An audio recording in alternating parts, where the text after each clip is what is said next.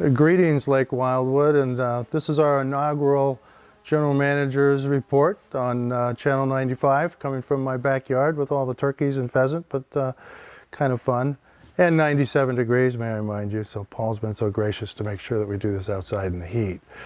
So one of the first things I want to talk about is the health advisory warning that we received on the E. coli last Friday.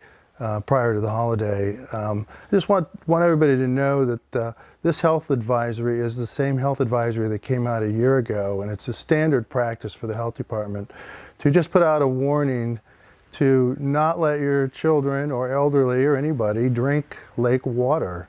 I know many of us thought that it was targeted at Lake Wildwood, but it really wasn't. It's a common sense advisory, and as we've had the E. coli outbreak in 2017, this case is still pending. So until there's any resolution on the case, we will continue to get an annual advisory that just simply states don't drink the water.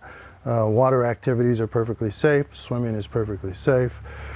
Any water sports, water skiing, tubing, whatever you want to do to enjoy it, and many people have done that and still do it, and there's no outbreak since. So please enjoy the lake and get the fullest out of it that you possibly can. Just make sure that you tell the young ones and such to not drink the water as you wouldn't drink the water in an alpine lake as well. We certainly don't want you to drink the water here at the same time. The update on the COVID and Lake Wildwood amenities, as currently we're in level 2 with Nevada County, and level 2 has allowed us to open up the restaurants and food and beverage. It's allowed us to open up golf. We can play a little bit of tennis. We still have restrictions of non-family members playing tennis and large groups congregating. The simple rule on the large groups congregating is we can't have anybody congregate in groups of more than 10. So if you have 10 or less, go ahead and do so. As an association, we're not going to run around, and we'll remind people of social distancing, but we don't have any sort of legal authority to impose any sort of fines or anything. So I'm really asking the community to everybody stick together, practice social distancing, practice the recommendations that you see on any news channel. Wear your masks where you feel comfortable wearing your masks.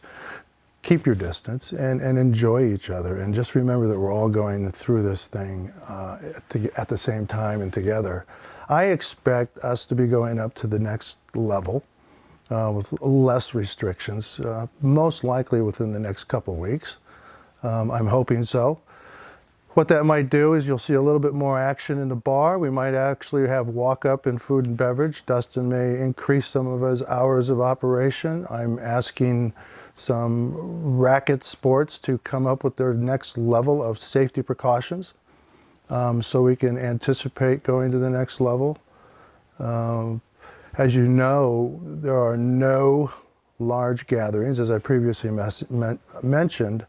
That is directly affecting our 4th of July celebration. Many weddings that we've had, 2 weddings that we've had canceled, and future weddings are putting on hold. Most golf tournaments. So it's had a real impact on the community, but these are all mandated by the state and Gavin Newsom, that there are no outside concerts, fairs, festivals, races, rodeos, you name it, and that up to includes Lake Wildwood and any of our activities inside. So until we see some sort of movement, we'll abide by the governor's mandates and have to follow the law.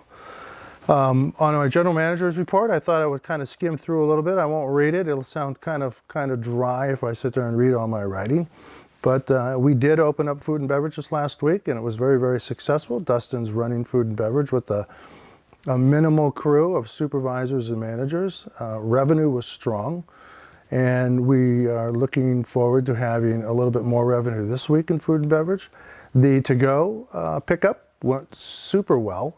And people were thrilled, so I think we're going to see a little bit more action. So if you want to get some food and take it home, please do. Call Dustin, and somebody, Dustin, Andy, Krista, somebody will answer the phone, take your order, bring it to your car when you show up, and it should be a fabulous meal. So I encourage you all to take advantage of that. Our golf program has been very, very successful this month when we opened it up. We are pleased to tell you that we have averaged over $220 a day more revenue on our golf this month than we did last month, day on day, comparing a Monday to a Monday, a Tuesday to a Tuesday. So we're $4,000 ahead in revenue. And the funny thing is we didn't allow guests to play. So we've done that all with in-house golfers. Some guests went out in isolated groups, but I just want you to know that we are now officially opening the golf course to guests. We're going to ask all guests to ride in their own cart, if that's possible. So please call ahead when you make reservations for your guests and make sure we do have vehicles ready for them. And that would make your day of play much pleasurable. Some of the other things I'd like to remind you of, a lot of people are asking us about the two lawsuits that are pending. What's the status of those? So these are things that I would like to read to you because I don't want to skip over any details. But we have a Dilbeck versus Lake Wildwood, and Caitlin Higgins from the Lewis and Brisbos law firm is our attorney. And basically the status of that lawsuit is as the motions for summary judgment are continued on the court's own motion to June 19th, 2020. And the reason for the continuance is due to the reduction in services related to the coronavirus. In other words, the courts have closed down too, so they cannot operate. No further discovery or depositions are being sought at this time, and the environment for a positive judgment is strong for Lake Wildwood, as the state of California has adopted a pretty conservative position on short-term rentals and are supportive of controls in this area.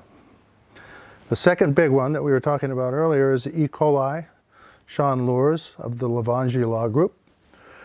The depositions scheduled have been delayed because of the shutdowns of the coronavirus as well. But once things loosen up, they will be taking a number of depositions, including the plaintiffs, Dr. Griffiths, the county's consultant, and some of the doctors who treated the children who were most sick. The depositions, along with our motion for summary judgment, will be filed in early summer. The time lapse and delays will not only help us be ready for trial, but support mediation efforts. There have not been formal settlement conversations yet, but counsel will be proposing mediation. Counsel's best guess is that we will mediate this matter midsummer. Those are the official status updates of both of those cases. Our fire fuel management operation, we are beginning to do some roadside clearance of the 10-10-15. That is the 10 feet from the fog line, 10 feet up, and then anything 15 feet over the roadway. Currently, we're going to concentrate on major intersections. And anybody who lives at the intersection of Lake Forest and Chaparral, Wildflower and Lake Wildwood, Thistle Loop and Wildflower, Chaparral and Warbler, and Chaparral and Swallow, we will be getting those intersections first. They seem to be most congested and also will be part of the major evacuation plan. We want to make sure those are clear. And then we'll go back to our regular schedule of road clearance, starting at Lake Wildwood Drive at the beginning of the gate and working our way around. More details are in this week's EBITs, and they have been posted in numerous other EBITs before. You can also get online, and I strongly encourage everybody to get online. Practice it, bop around on there, open it up, push buttons. It's not going to break you, it won't hurt, it won't crash your computer, but it's really important that you get used to getting to our website. All the information that we give you, all the information that you need, and all the information that you thought you didn't need but was there, and then all of a sudden you decided you need it, is going to be there, and anything else you want to do about Lake Wildwood. So please get in there and experiment with that website. What else? Security, a couple reminders. We are getting a lot of dog play in the parks. Please, I know, I'm a dog guy myself. Love to take the dog out, throw the ball, let him jump in the water. Unfortunately, dogs are not allowed in the parks, on a leash or off a leash.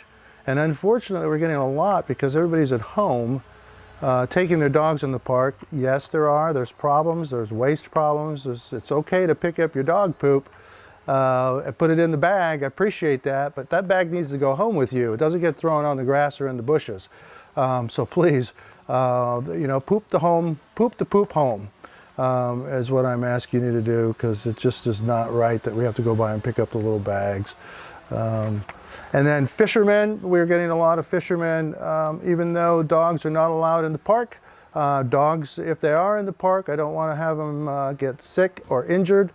Fishermen, I'm asking you, please. I'm a fisherman too, an avid fisherman. My fly fishing gear is hanging in the back of my car at all times, just in case I get that jonesing feeling and got to hit the water.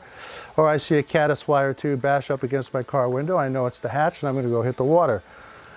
Pick up your lines and pick up your hooks and pick up your trash. We're starting to see a lot more of this stuff going on in our lake and around the edges, and we really don't want dogs or animals to, you know, even if it's a beaver or a raccoon or a squirrel, to take a bite out of that fish hook thinking it's just food, and next thing you know, you've hooked yourself a squirrel, and you're not here to help it out. So we appreciate anything you can do to pack out your fishing line, pack out your power bait, pack out your worms, and help us keep the parks clean. Other than that, that's kind of it for my quick introductory inaugural report. If anybody has any questions, please feel free to email me. I answer all my emails. Nothing goes unanswered, I assure you. And if it does, email me again and we'll find out why it didn't get answered to, because sometimes we do direct it to the appropriate person. Other than that, it's a pleasure to do this, pleasure to be here. And I'm glad I'm here at Lake Wildwood and couldn't want to be any other place on the planet. Thank you.